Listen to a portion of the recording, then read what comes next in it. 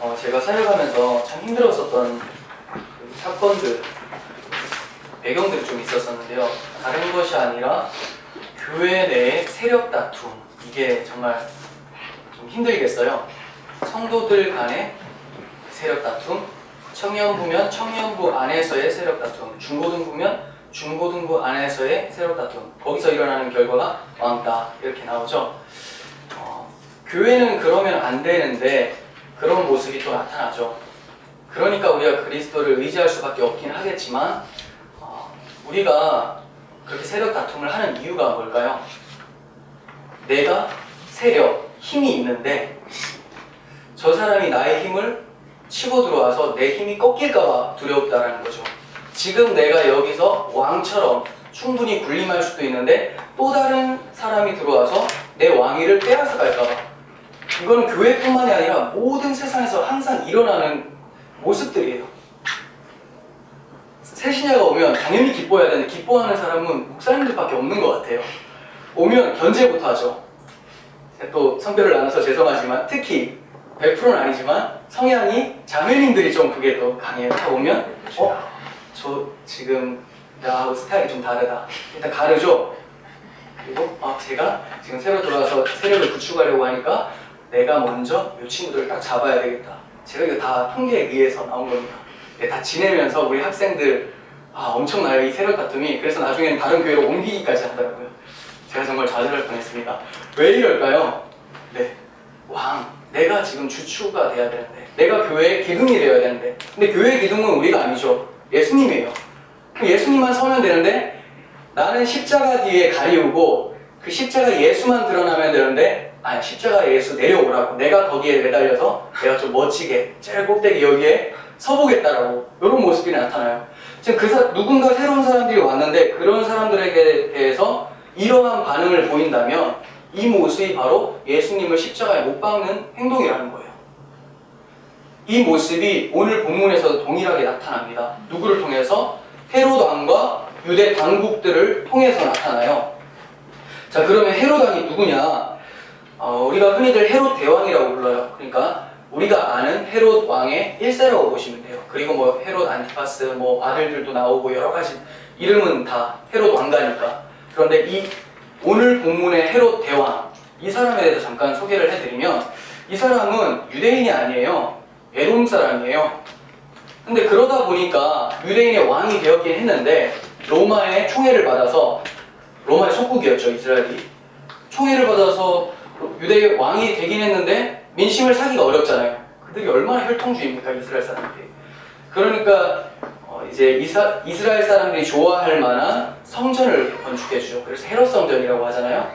무너졌던 성전을 다시 건축해주고 여기서 이제 하나님을 예배할 수 있도록 해줍니다. 그런데 그렇게만 했다면 좀 좋았을 것을, 이 사람이 워낙 정치적으로 관심이 많은 사람이다 보니까 이제 로마 사람들이 또 좋아하는 신전도 같이 세워줘요.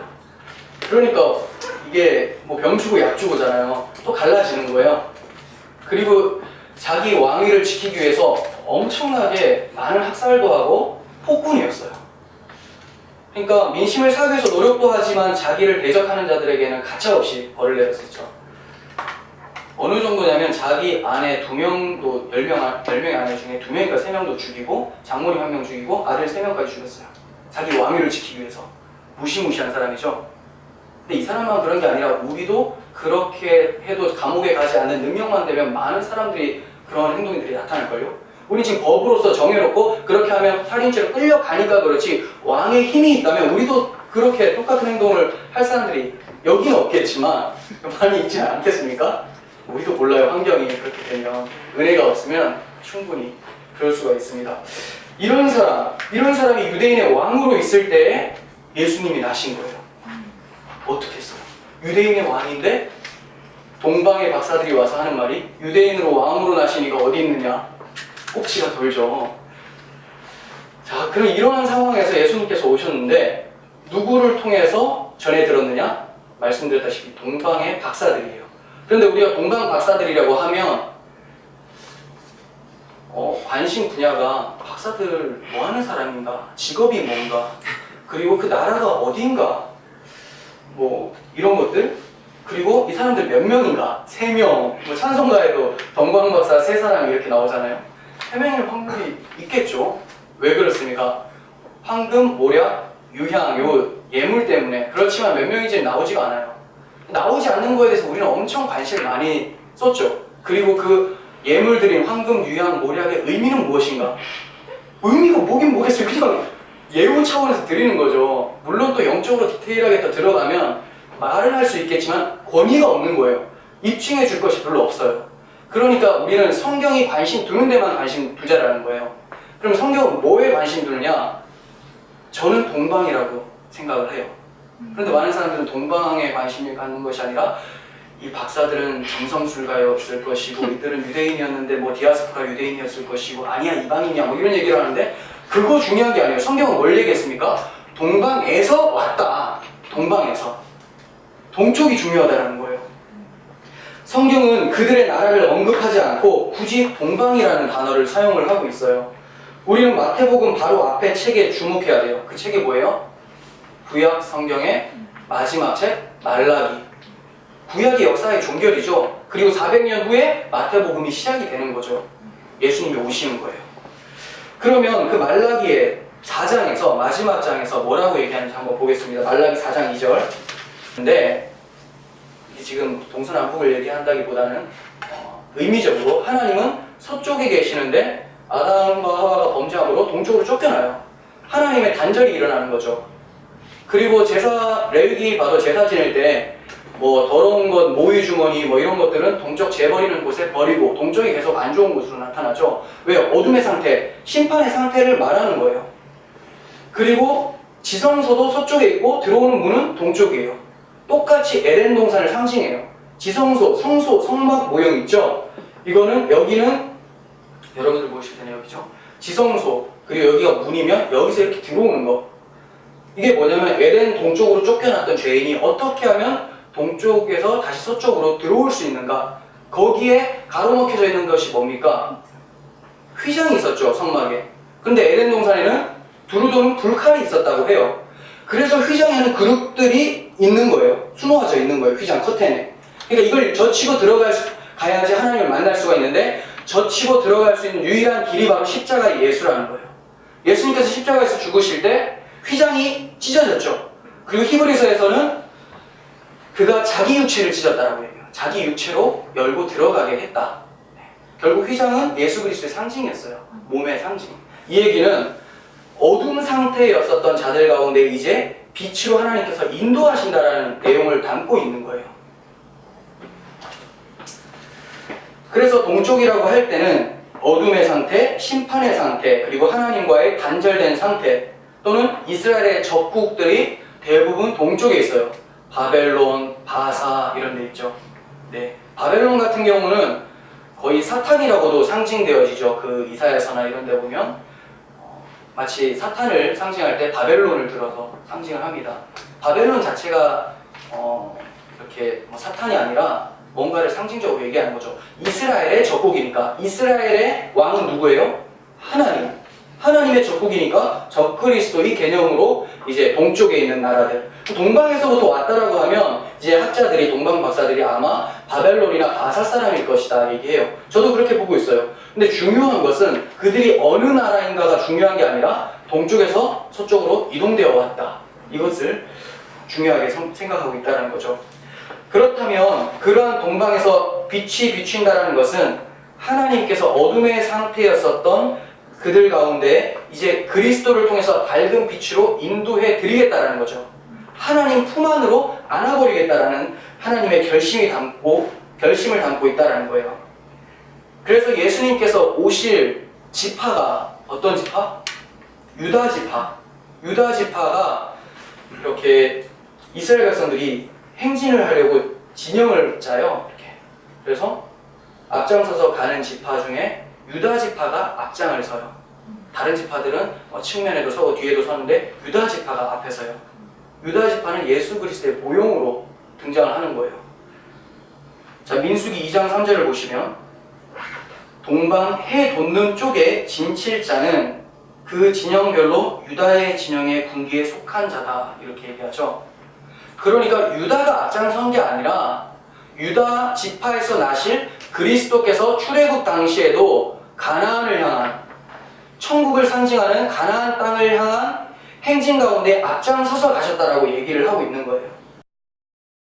그러니까 하나님께서는 동방 박사들을 들어서 이제 하나님이 앞장서셔서 진짜 서쪽, 그 동방에서 봤을 때 이스라엘 나라는 서쪽이에요. 서쪽으로 들어오시는데 하나님이 앞장서서 들어온다는 거예요. 근데 앞장설 때 뭐가 앞장섰을까요? 별이 앞장섰어요. 별. 그럼 이 별이 뭐냐 뭐 이렇게 얘기하는데 별은 그냥 별이죠. 근데 별인데 어디로 향하게 했느냐? 예수 그리스도께로 향하게 하는 별이었어요. 그러니까 예수 그리스도가, 빛이신 예수 그리스도의 예표로서 잠깐 인도자의 역할을 했던 거죠. 별은 아무 의미 없어요. 그냥 그리스도께로 인도하는 것을 얘기하고 있어요. 그러니까 동이 서에서 먼 것과 같이 우리 죄가를 멀리 하셨다라는 말씀이 떠오르는 거예요. 동방 박사들이 이제 그 죄악된 곳에서 서쪽으로 넘어와서 예수 그리스도라는 하나님을 만나게 되는 상태. 동이 서에서 먼 것처럼 우리 죄가를 멀리 하셨다라는 것과 같이 이제 그들을 받아내신다라는 거예요.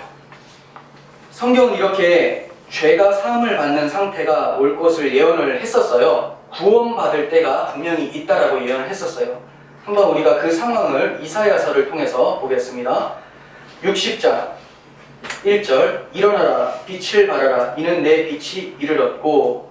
자, 여기서 일어나라 빛을 발하라 라고 할 때 이 상대는 누구냐면 예수 그리스도 그리고 교회, 성도를 말하는 거예요. 일어나라 빛을 발하라 이는 내 빛이 이르렀고 여호와의 영광이 내 위에 임하였음이니라. 보라 어둠이 땅을 덮을 것이며 캄캄함이 만민을 가리려니와 오직 여호와께서 내 위에 임하실 것이며 그의 영광이 내 위에 나타나리니 나라들은 내 빛으로 왕들은 비치는 내 광명으로 나아오리라. 내 눈을 들어 사방을 보라. 무리가 다 모여 내게 나아오니라. 내 아들들은 먼 곳에서 오겠고 내 딸들은 안기어 올 것이라. 그때 내가 보고 기쁜 빛을 내며 그 마음이 놀라고 또 화창하리니 이는 바다의 부가 내게로 돌아오며 이방 나라들의 재물이 내게로 옴이라. 허단 낙타 미디안과 에바의 어린 낙타가 내 가운데서 가득할 것이며 스바 사람들은 다 금과 유향을 가지고 와서 여호와의 찬송을 전파할 것이다. 이렇게 말을 하고 있죠. 이방 나라에서 빛을 향해 나오는데요. 그런데 뭘 가지고 와요? 재물들을 가지고 황금과 유향들을 가지고 온다. 성취죠. 오늘 본문은 성취예요. 동방에서부터 온다. 이 말은 이 봐라 이사야서에서부터 계속 예언했었던 그 빛이 왔어. 그 빛이 왔는데 이방 나라에서 막 오는 거예요. 찾아오는 거예요. 그것을 모형으로 살짝 보여주고 있는 거예요. 앞으로 이제 그리스도께서 모든 어둠에 있는 사람들을 빛으로 모아내실 것이다 라는 얘기를 하고 있는데, 오고 있는데 문제점이 있어요. 그들은 오는데 그곳에 있었던 사람들은 눈이 캄캄한 상태예요. 흑암의 상태인 거죠. 유대 당국 헤롯 대왕 알아먹지를 못해요. 오히려 어떻게 합니까? 빛이 왔다고 하니까 빛을 죽이려고 하죠. 당연한 현상이에요. 자기가 빛이기 때문에. 내가 빛인데 어떤 새 빛이 와서 나를 없애려고 하느냐. 나름대로 자기는 이제 휴대폰 후레쉬 비치고 있었는데 빛이 비치니까 후레쉬 낮에 비치는 사람이 있어요? 정신병자죠. 왜요? 빛이 밝은데 왜 그래요? 근데 태양빛이 비춰지니까 이 태양빛이 미운 거야. 그것도 웃기죠. 참 감사해야 되는데 감사하지 못한다라는 거예요. 내가 이만큼 밝은데 왜 예수가 굳이 와서 내 자리를 차지하려고 하느냐. 동방박사들은 자기의 후레쉬가 아니라는 걸 알았죠. 이거 아니다. 이거 아니었구나. 나는 어둠이었구나. 그래서 빛으로 나오는데 헤롯 당국과 유대 당국은 그렇지 않았다는 거예요. 그게 참 안타깝습니다. 그럼 박사들을 인도하였던 것은 별이에요. 고대 사회에서는 별을 연구함으로써 나라의 징조나 왕의 나심 이런 것들을 예언을 했었어요. 이것이 진짜로 정확하게 맞는 건지는 알 수 없지만 통계적으로 그런 확률이 높았던 것 같아요. 그런데 정말 하나님께서 그러면 이렇게 세상 이치를 만들어내셨는가? 그건 우리가 알 수가 없죠. 그건 점성술가들에게 맡기고 우리는 성경이 말하는 별의 의미를 찾으면 되겠죠. 그러니까 점성술가들이 말하는 별이 떨어지면 왕이 뭐 죽는 거고, 또 별이 뜨면 왕이 나시는 거고, 이런 것이 아니라 성경이 이 별을 뭐라고 얘기하는지가 우리는 중요하잖아요. 이게 맞을 수도 있고 아닐 수도 있고. 자, 그러면 성경을 조금 이따 찾아볼 텐데 제가 잠깐 설명해 드릴게요. 구약 시대에 이스라엘 백성이 애굽에서 종살이를 했었잖아요. 그런데 하나님의 인도로 출애굽을 합니다. 그래서 이제 가나안 땅으로 계속해서 진격을 하고 있는데 모압 땅을 지나가야 돼요. 근데 모압 왕이 기분이 나쁜 거예요. 지나가지 않았으면 좋겠잖아요. 그래서 이 발람이라는 거짓 선지자를 사요. 돈 주고 유혹을 해서 사주를 합니다. 무당이에요. 쉽게 말하면 뭐 거짓 선지자라고 하지만 그냥 무당이라고 보시면 되는데, 이 무당이 가서 이제 발람에게, 거짓 무당에게 쟤네들 좀 저주해라. 이스라엘 백성들 좀 저주해라. 예, 무당들이 저주하면 저주 또 일어나기도 하잖아요. 네. 근데 이제 발람이 가서 이스라엘 백성을 저주하려고 딱 섰는데 저주를 해야 되는데 입이 막 갑자기 지 멋대로 움직이면서 축복이 나오는 거예요. 그래서 모압 왕이 완전 열받았어. 너 지금 뭐하냐? 장난 아니야. 내가 돈 들인 게 얼만데? 뭐 이런 거 나오지 않아요? 네. 얼만데? 짜증나가지고 다시 한번 해봐라. 또 했죠. 또 입이 지 멋대로 막 움직여요. 정말 뭐 이런 게 다 있나? 이 돈 주고 산 무당이 왜 이러나? 그래서 다시 한번 이제 세 번째 할 때도 똑같이 축복을 하는 거예요. 나도 모르겠다 왜 이런지. 여기서 알 수 있는 것, 무당이 저주한다고 해서 저주되는 것이 아니라 하나님이 통과시키면 그게 들어가는 거예요. 그게 중요한 게 아니라는 거죠. 그들이 맞출 수도 있고 못 맞출 수도 있고, 그들이 낫게 할 수도 있고 병을 걸리게 할 수도 있겠지만, 그것은 하나님께서 허락하실 때, 우리 욥기를 통해서 봤잖아요. 하나님 허락하셔야지만 욥에게 고난이 찾아오는 거예요. 그리고 하나님이 허락하신다면 그것은 아버지가 죽으라고 때립니까? 아니죠. 때려서 어떻게든 아버지의 마음에 들게끔 만들려고 하는 것이 아버지의 뜻이겠죠. 기가 막히게 자연스럽게. 네. 해석했어요? 네. 그래서 여러분들이 무당이나 뭐 어떤 목사가 저주하면 저주를 받고 이런 거 신경 쓰지 마시고, 그런 거에 지금 집중할 때가 시간 낭비잖아요. 지금 볼 게 많은데 그거 아닙니다. 그래서 이렇게 저주를 하려고 했더니 입이 지 멋대로 움직여서 축복을 해버렸어요. 그 축복의 내용이 이제 지금 읽을 말씀이에요. 민수기 24장을 보겠습니다. 17절. 내가 그를 보아도 이때의 일이 아니며 내가 그를 바라보아도 가까운 일이 아니로다. 한 별이 야곱에게서 나오며 한 그가 이스라엘에게서 일어나서 모압을 이쪽에서 저쪽까지 쳐서 무찌르고 또 셋의 자식들을 다 멸하리로다. 그의 원수 에돔은 그들의 유산이 되며 그의 원수 세일도 그들의 유산이 되고 그와 동시에 이스라엘은 용감히 행동하리로다. 아멘. 자, 뭐라고 합니까? 한 별이 야곱에게서 나온다. 한 별이 이스라엘 백성 가운데서 나온다. 이 얘기를 하고 있어요. 그러니까 그 별은 뭡니까? 예수님을 상징하는 거죠. 오늘 동방에 별이 있었잖아요.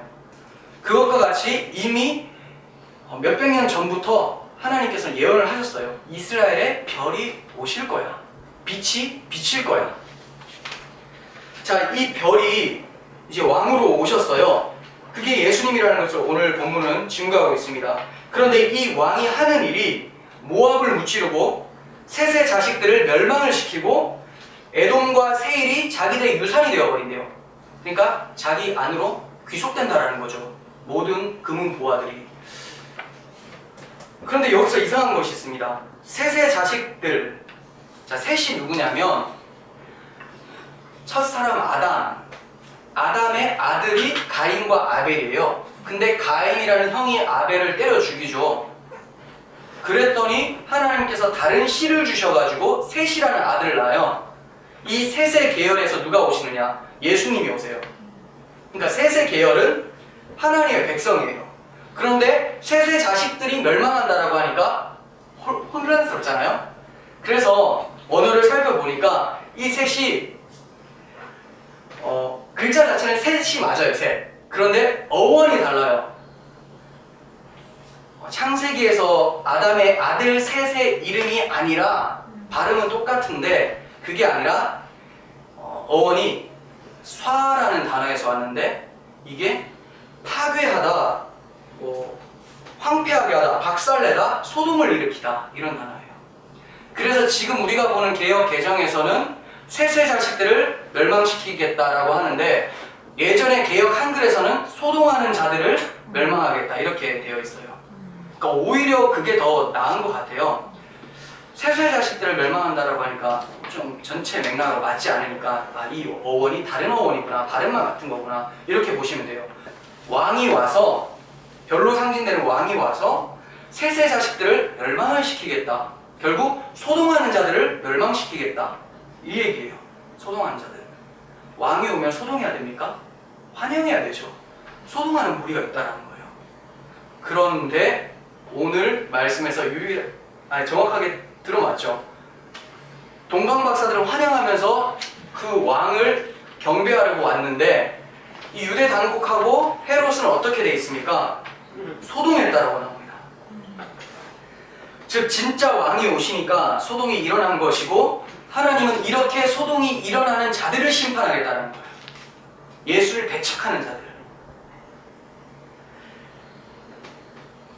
그러면 이 사람들은 나중에 헤롯 대왕하고 이 유대 당국들은 나중에 그러면 심판받는 겁니까? 그게 아니라 이미 심판을 받은 거예요. 왜요? 배척한 상태가 이미 심판의 상태죠. 제가 지난번에도 말씀드렸지만 죄라는 것은 도덕적 윤리적으로 짓는 것도 죄지만 원천이 어디에 있습니까? 하나님과의 단절이 죄고 거기로부터 파생된 것이 도덕 윤리의 타락이라는 거예요. 그러니까 뭐부터 바꿔야 돼요? 하나님과의 관계 회복이에요. 근데 지금 이들이 예수님이 오셔서 하나님과 연결시켜 주시는 다리로 왔는데 그 다리를 잘라버렸어요. 그 다리로 올라가려고 하지도 않아요. 그러니까 이 상태가 바로 심판의 상태죠. 요한복음 3장 18절에서는 그들이 믿지 아니함으로 벌써 심판을 받은 것이다 이렇게 얘기해요. 예. 그러니까 여러분들도 주변에 안 믿는 사람한테 너 그러다 지옥 가가 아니라 너 지금 지옥을 살고 있어 얘기해 줘야 되죠. 그리고 지금 지옥을 살고 있고 앞으로 갈 곳 또 지옥이다. 그러면 이게 뭐가 지옥이야? 이건 난 지옥이 아닌 것 같은데 굉장히 기쁜데? 내가 왕됨으로써 내 마음껏 살 수 있어서 기쁜데? 그게 지옥인지를 모르는 거예요. 그러니까 그걸 알려주죠. 그러려면 복음을 전해주셔야 된다는 거예요. 이렇게 이 사람들은 주님이 오셨을 때 소동이 일어났습니다. 마치 이스라엘이 가나안에 접근하자 모압 왕 발락이 소동을 일으키면서 저주했었던 것처럼 헤로드 왕과 유대 당국도 이렇게 소동을 일으키고 예수님을 저주하고 있는 거예요. 예수님이 오셨는데 우리가 소동하고 있는 건 아닌지 우리 자신을 좀 돌아봤으면 좋겠어요. 나는 지금 예수님을 환영하고 있는데요? 라고 쉽게 말하지 마세요. 그 환영하고 있는 그 모습이 제가 처음에 서두에 말씀드린 것처럼 누구 새신자 오면 눈 흘기고 야리고라고 할 뻔했네요. 굉장히 저급해지는데 눈 흘기고 네 그리고 세력 만들고 이게 바로 예수님 배척하는 건데 그럼 뭐가 도대체 그 사람들이 예수님을 환영하고 있는 겁니까? 우리도 예수님 환영하고 있다고 하지만 잘 생각해 보셔야 돼요. 우리 가운데 얼마나 예수님을 계속 배척하는 모습이 많은지. 그리스도에 대해서 적대감을 품고 있는 이들의 반응을 계속해서 살펴보겠는데요. 박사들이 이렇게 말합니다. 유대인의 왕으로 나시니가 어디 있습니까? 이렇게 물었어요. 어디 가서 물었어요? 유대인 왕한테요. 목 잘리고 싶어서 환장을 했죠. 나 좀 죽여주세요 이 얘기예요. 지금 여기 왕이 있는데 인정 안 한다는 거예요. 유대인의 왕으로 나시니가 어디 있습니까? 모르고 갔겠죠. 완전 모르고 예루살렘에 딱 들어갔는데 당연히 성에 있는 줄 알고 별이 거기까지 딱 인도했으니까 별이 왜 거기까지만 인도했을까? 바로 베들레헴을 안 가고 폭로시키는 거예요. 이들의 왕이 스스로 하나님과 관계없이 왕된 상태 이것을 드러내는 거예요. 가서 유대 당국을 향해서 말합니다. 헤롯 대왕에게 말합니다. 유대는 왕 어디 있습니까? 그랬더니 헤롯의 표정이 좋지가 않아요. 그랬더니 이 동방 박사들도 아차 싶은 거겠죠. 아 여기가 아닌가 보구나 라고 생각을 했었던 것 같아요. 헤롯이 얼마나 잔인한 사람입니까? 그런데 헤롯이 이때 꾀를 부립니다. 바로 죽이지 않아요. 그들을 죽이지 않고 그들을 통해서 누구를 죽여야 됩니까? 그들이 찾는 사람을 죽여야 되는 거거든요. 내가 왕인데 다른 왕이 있다고? 그럼 그 사람을 죽여야죠. 지금 반역이 일어나고 있는 거예요. 그래 헤롯뿐입니까? 유대 당국 사람들, 대제사장, 서기관들, 이 사람들이 누구예요? 원래는 하나님을 섬기는 사람들이잖아요. 근데 이들이 당연히 예수님의 나심을 기뻐해야 되는데 이들 기뻐할 이유가 없어요. 왜 그렇습니까? 잘 살고 있거든요. 이들은 민족적, 역사적, 민족적, 정치적, 경제적 메시아도 원하지도 않아요. 왜 그런 줄 아세요? 이미 굉장히 잘 살고 있거든요. 자기 원대로, 뜻대로. 그럼 누가 원하느냐? 베드로 같은 사람들, 가룟 유다와 같은 사람들, 좀 못 살고 좀 힘없고 이런 사람들이 그 정치적 메시아를 원했던 거고, 이들은 정치적 메시아조차도 원하지 않죠. 지금이 최고예요. 이곳이 좋사옵이죠. 거기다가 이제 유대인의 왕이 왔다라고 하니까 혼란이 오는 거예요. 이거 내가 환영하러 가야 되나? 당연히 그들이 경배하러 간다고 하면 자기들도 우리도 같이 가자 해야 되는데 뭐라고 합니까? 헤롯 왕과 유대 당국이 가서 그럼 찾으면 우리한테도 좀 알려줘라. 나도 경배하러 가게. 어디서 말 같지 않은 소리 하니까 지금 경배하러 가는 게 아니라 정말 기쁘면 바로 같이 나서야 되잖아요. 그렇게 하잖아요. 알려달라고. 왜 그렇습니까? 죽이려고. 어디 있는지 알고 죽이려고. 자, 이렇게 이 사람들이 참 이런 마음을 품고 있습니다. 그리고 더 안타까운 것은 왕이 물어봅니다. 대제사장들과 서기관들에게 물어봐요. 그리스도가 어디에서 나겠느냐? 자존심이 있었나 봐요. 왕이 어디에서 나겠느냐 말 안 해요. 그리스도가 어디에서 나겠느냐? 그랬더니 이 사람들이 서슴없이 바로 얘기를 해요. 유대 땅 베들레헴입니다. 이미 미가서 5장 2절에서 제대로 설명을 했었고 예언이 되어 있거든요. 이들은 이스라엘 사람들은 그냥 성경을 달달 외우는 사람들이잖아요. 그러니까 어디 나는지 딱 알아요. 유대 베들레헴입니다. 정말 안타까운 것은 알면 뭐합니까? 예수를 아는 게 중요한 거지 성경에 어디에 뭐가 있는가가 중요한 게 아니에요. 그것도 알면 그리스도를 알아가는 데 도움이 될 수는 있지만 성령께서 역사하지 않으면 이 책은 그냥 소설책밖에 안 되는 거예요. 우리한테. 이 책이 정말 우리 가슴에 새겨지려면 성령께서 이 말씀이 그리스도를 증거하는 책이라는 것을 우리에게 알려줘야죠. 깨닫게 해야죠. 그래서 우리는 겸손할 수밖에 없는 구조를 타고났죠. 뭘 해도 하나님의 은혜가 없으면 알 수가 없으니까. 이렇게 이들은 요한복음 1장 11절에서도 말씀하셨던 것처럼 자기 땅에 예수님께서 오셨지만 자기 백성들이 영접하지 않았다라는 것을 여실하게 보여주고 있어요. 그래서 헤롯 또한 그 예수 그리스도 진짜 왕을 죽이려고 했었고 대제사장과 서기관들도 예수님을 환영하지 않았었던 거예요. 과연 우리가 예수님을 나의 왕, 나의 주인으로 믿고 있는지 점검해 봐야 되겠죠. 우리의 모습이 헤롯의 모습일 수 있고 대제사장, 서기관의 모습일 수 있으니까요. 우리가 예수님을 믿는 것이, 예수님을 섬기는 것이 예수님의 손에서 나오는 어떤 보상 때문에 섬기는 거 아닌가 한번 점검해 보세요. 교회 들어가면 예수님 믿는 이유에 대해서 잘 얘기해요. 그 이유가 예수님 믿으면 복 받고. 근데 그 복 받는 거 맞죠? 근데 그 복의 개념이 서로 다르니까 문제예요. 저는 그 복이 예수님이에요. 예수님이라는 생명이에요. 예수님 믿으면 예수님 받고예요. 당연하죠. 예수님을 영접했더니 누굴 받습니까? 예수를 받죠. 그럼 뭘 받았습니까? 근데 예수를 받았더니 거기서 예수님 손에서 나오는 알라딘 램프의 지니와 같이 뭔가를 다른 걸 받아내려고 한다는 거죠. 이거는 하나님께서 필요하시면 주시고 필요 없으면 안 주시는 거죠. 아버지께서 자식들을 양육할 때 필요하면 주시고 안 필요하면 안 주시는 거지. 가장 좋은 최선의 선택을 해주신 거잖아요. 근데 이게 있고 없고에 따라 축복이고 저주고 나누어진다면 그 아버지 우리 아버지 아니죠. 뭡니까 그게? 우리 아버지는 그런 분이 아니에요. 그러니까 예수님을 믿는 것도 우리가 너무나 기복신앙으로 잘못된 샤머니즘, 토속신앙 이런 데 영향을 받아가지고 안 믿는 사람들하고 똑같이 믿는 거 아닌가 한번 점검해 봐야 되겠어요. 이 당시에 군중들과 제자들의 모습 또한 이러했습니다. 아닌 것 같지만 이랬어요. 군중들 어땠습니까? 요한복음 6장에 오병이어 기억 나오죠? 예수님께서 물고기 2마리 그리고 떡 5개를 가지고 5,000명을 먹이고 또 광주리가 남게 만들었어요. 그런데 그 사람들이 예수님을 따라다녔다고 해요. 왜 따라다녔습니까? 먹고 배부른 까닭이다. 썩을 양식을 위해서.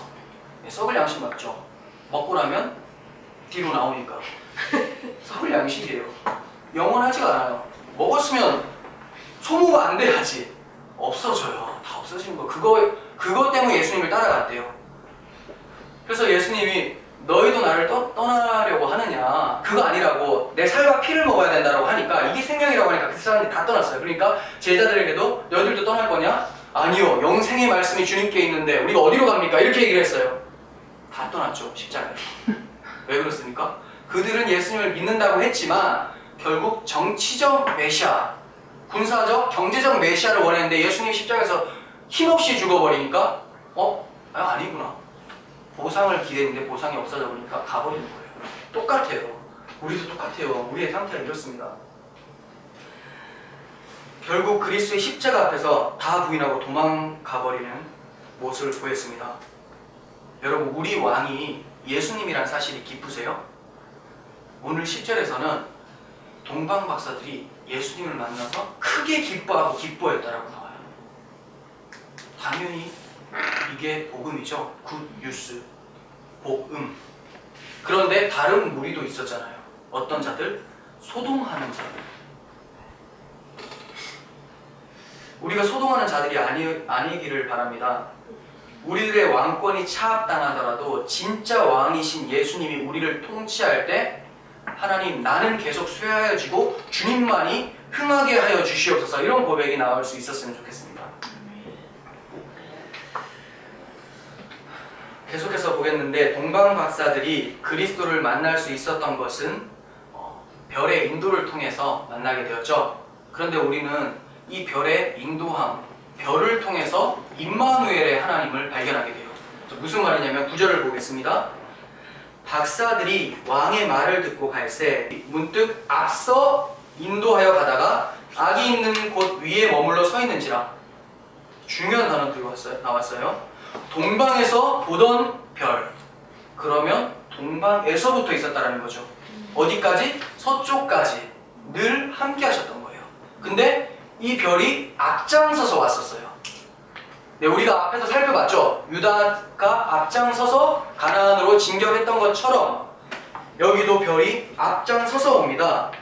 그러니까 동방에 있을 때부터 처음과 그리고 서쪽으로 돌아와서 예수를 만날 때까지 끝까지 하나님이 함께 하셨다는 거예요.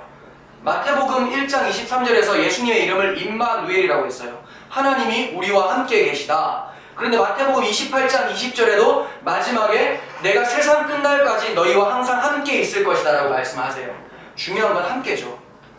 그리고 계시록의 21장 3절에서는 새하늘과 새 땅을 보니 주님이 우리와 함께 있었다라고 얘기를 하고 있어요. 결국 하나님께서 함께 하셔서 끝까지 시작하시고 끝까지 이루신다라는 것을 말씀하고 계시는 거죠. 이렇게 하나님이 처음부터 함께 계시고 함께 올라오셔서 함께 계시면서 성취하시는 데까지 이런 그림이 바벨론 포로에서 귀환할 때도 나타났었어요. 창세기 46장을 보면 야곱이 애국으로 내려갈 때 하나님께서 그만 보낸 것이 아니라 내가 너와 함께 내려가고 거기서 너를 큰 민족을 만들어서 인도에 내겠다라고 말씀하셨죠.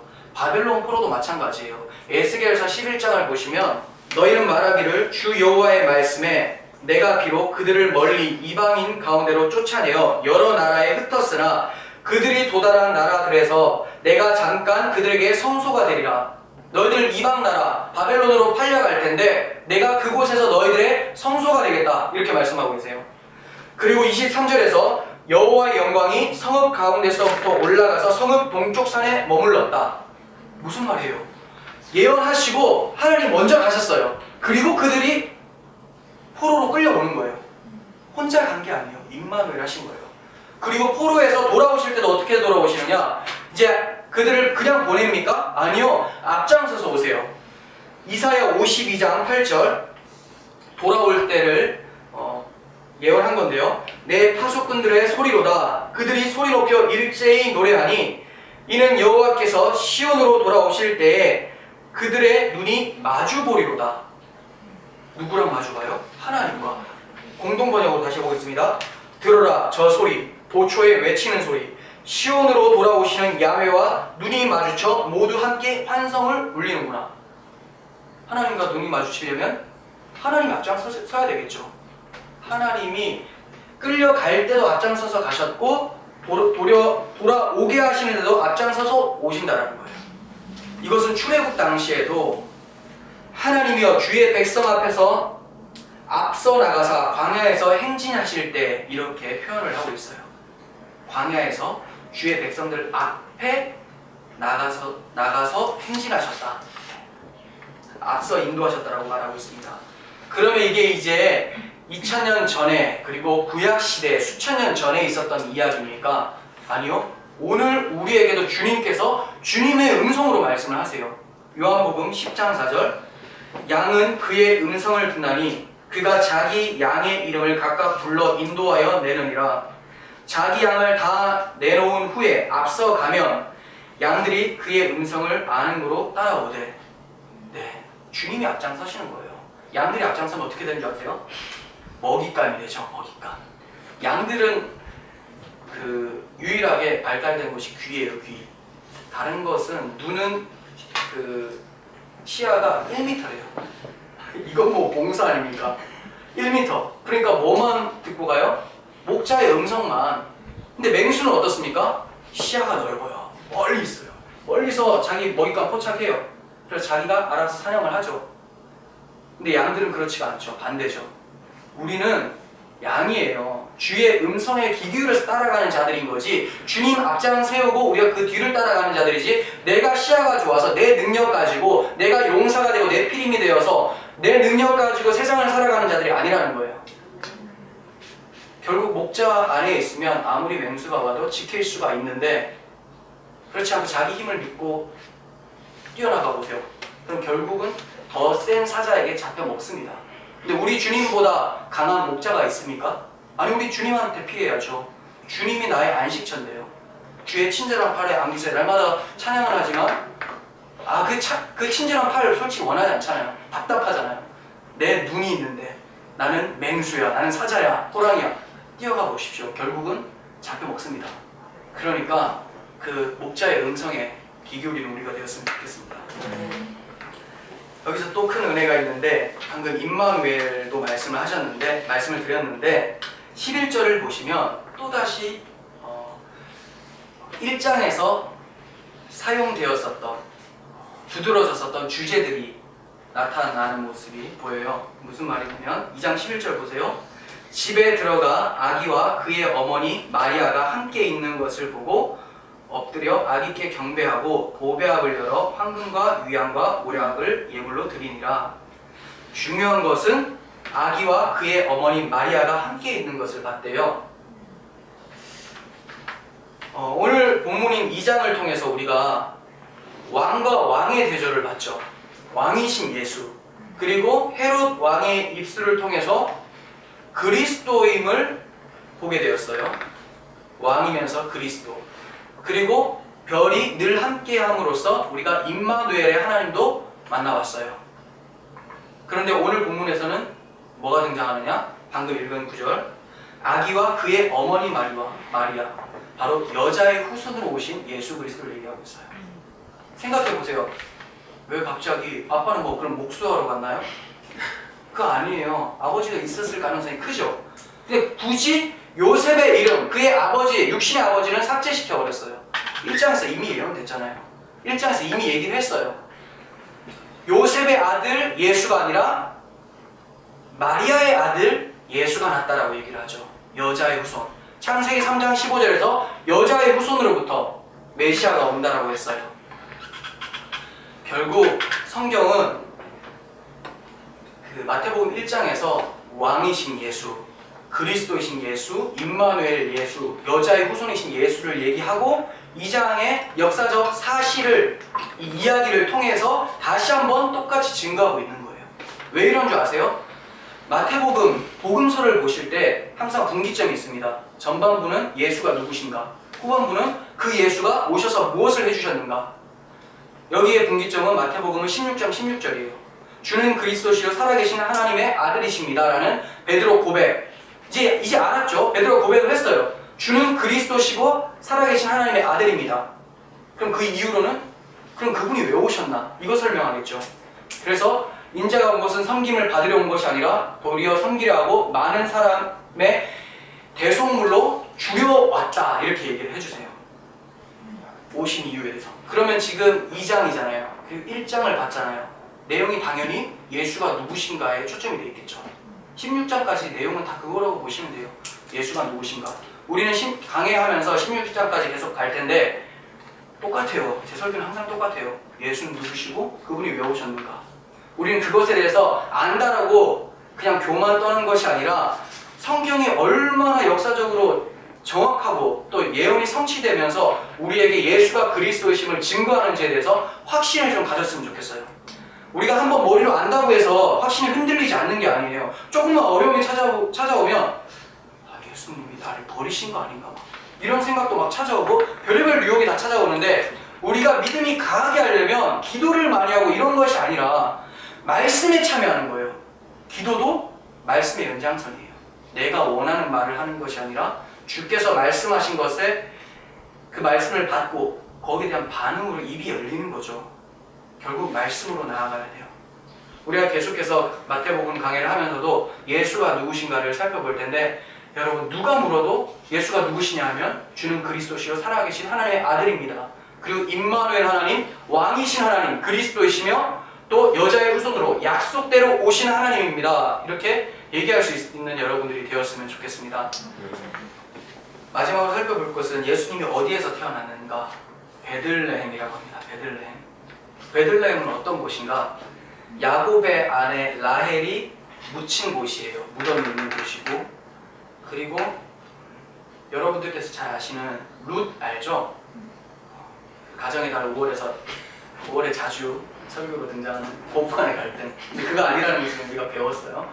그 나오미, 시어머니 나오미가 이제 베들레헴에 살고 있었어요. 유다 땅에 베들레헴에 살고 있다가 그곳에 기근이 들자 모압 땅으로 옮겨갑니다. 자기 남편하고 아들 둘하고 거기서 10년 동안 살면서 얻은 것은 며느리 2명. 그런데 잃은 것은 남편하고 자식이에요. 결국 누구만 남았습니까? 과부 셋만 남았어요. 그러니까 고대 사회에서는 과부 셋은 죽은 상태예요. 아무 생계도 할 수 없고 아무것도 할 수 없는, 의지할 곳이 없으면 죽을 수밖에 없는 상태. 텅텅 빈 상태로 이제 다시 베들레헴으로 돌아와요. 베들레헴에 돌아와서 이제 그 시어머니가 며느리 룻에게 남편을 맞이할 수 있도록 이렇게 잘 지도를 해줍니다. 그래서 만난 사람이 보아스라는 사람. 그 보아스의 고향도 베들레헴이에요. 제일 처음에 나오미가 돌아왔을 때 사람들이 나오미가 돌아왔다 막 얘기를 하니까 나오미가 나오미라고 말하지 마라. 나오미라는 이름은 기쁨이라는 단어인데 나를 기쁨이라고 부르지 말고 마라, 즉 괴로움이라고 불러라. 나 풍족한 상태에서 나갔는데 완전 텅텅 비어서 돌아왔어. 이렇게 얘기를 합니다. 그런데 룻이 보아스를 만나서 결혼을 하자 누가 낳냐? 오벳인가요? 오벳을 낳고 또 오벳의 아들로서 이세, 그 이세의 아들로서 다윗이 오요. 유대인의 왕 다윗이 등장합니다. 그러니까 다윗의 고향도 베들레헴, 그리고 보아스의 고향도 베들레헴. 그러니까 베들레헴은 왕이신 예수 그리스도를 예표하는 다윗이 날 곳이었죠. 자, 그리고 베들레헴의 왕으로 오신 것은 이 베들레헴이라는 지명 이름에도 뜻이 있습니다. 베들레헴은 떡집이라는 거예요. 빵집. 그러니까 떡이 있는 곳, 집이에요. 베이트하고 레헴의 합성어인데, 근데 너무 신기한 것은 떡집에 떡이 없어서 모압으로 갔더니 거기서 완전 텅텅 비어서 돌아오니까 이제 다시 떡집에 떡이 생겼대요. 다시 돌아왔어요. 돌아왔더니 이제 그 사람 그 나오미하고 룻이 아들을 갖게 돼서 이렇게 다윗 왕을 낳게 되는 결과를 초래했는데, 예수님이 어디서 오셨냐면 베들레헴에 오셨는데 베들레헴의 구유 위에 오셨어요. 이게 뭐 말이 구유인지 소구유인지는 알 수 없지만 그냥 구유예요. 짐승의 먹이통이죠.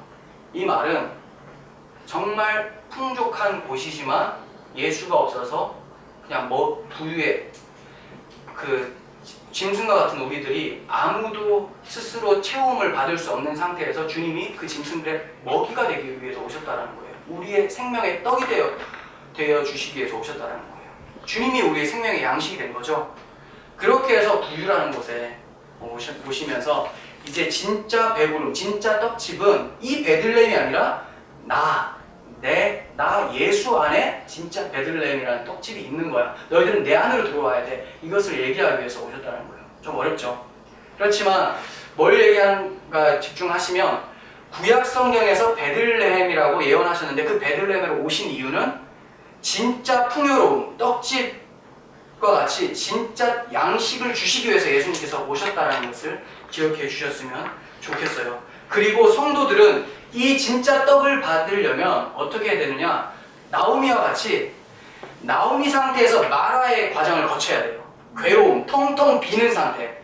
이 땅에서 완전히 텅텅 비어지고 나는 이제 목마르고 배고픕니다 라는 그 갈급함이 터져 나올 때 누구를 받습니까?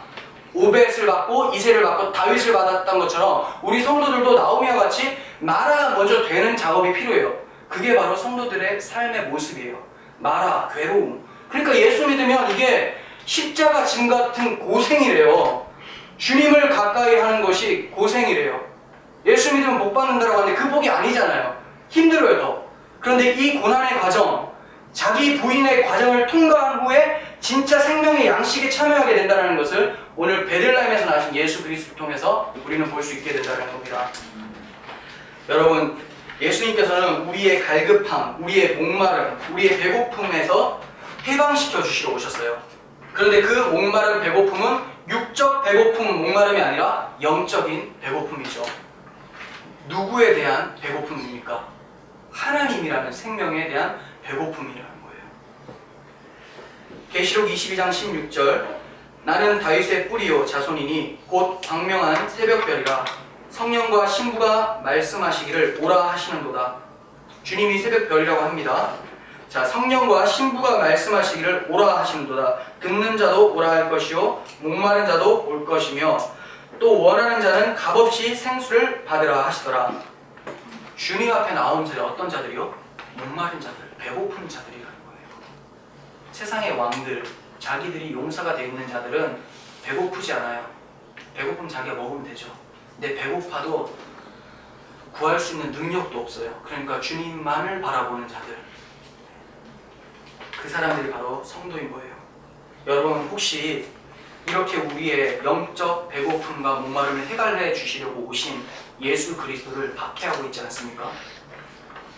박해하고 있는지 잘 모르시겠죠? 그러면 여러분들 주위를 돌아보시고 내가 저 사람을 어떻게 대하는가를 바라보시면 되는 거예요. 주님께서 말씀하셨어요. 지극히 작은 자 하나에게 한 것이 곧 내게 한 것이다. 네.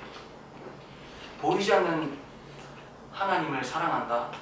네. 그럼 보이는 형제에게 어떻게 하느냐에 따라서 하나님을 사랑하는 여부도 보여지겠죠.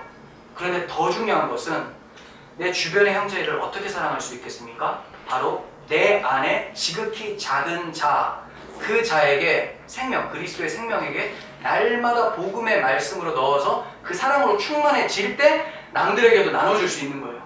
내가 텅텅 비었는데 하나님도 저 사랑하려고 하네. 사랑하려고 하면 그 율법이 되죠. 그러지 마시고 우리가 가장 먼저 해야 될 일은 그리스도를 영접하는 일은 이 말씀을 우리가 대할 때 그 말씀이 아멘 되어지고 이 말씀만이 나의 생명의 양식이라는 것을 인식할 때 여기 가운데 이제 그리스도의 사랑이 풍성해지고 그 사랑이 이제 흘러 넘치니까 남을 대할 때도 주님을 대하듯이 하게 되는 거예요. 여러분 이것을 기억하시고 날마다 그리스도를 영접하시면서 우리의 왕 되신 주님을 찬양하는 삶이 날마다 이어질 수 있기를 간절히 바랍니다. 기도하겠습니다.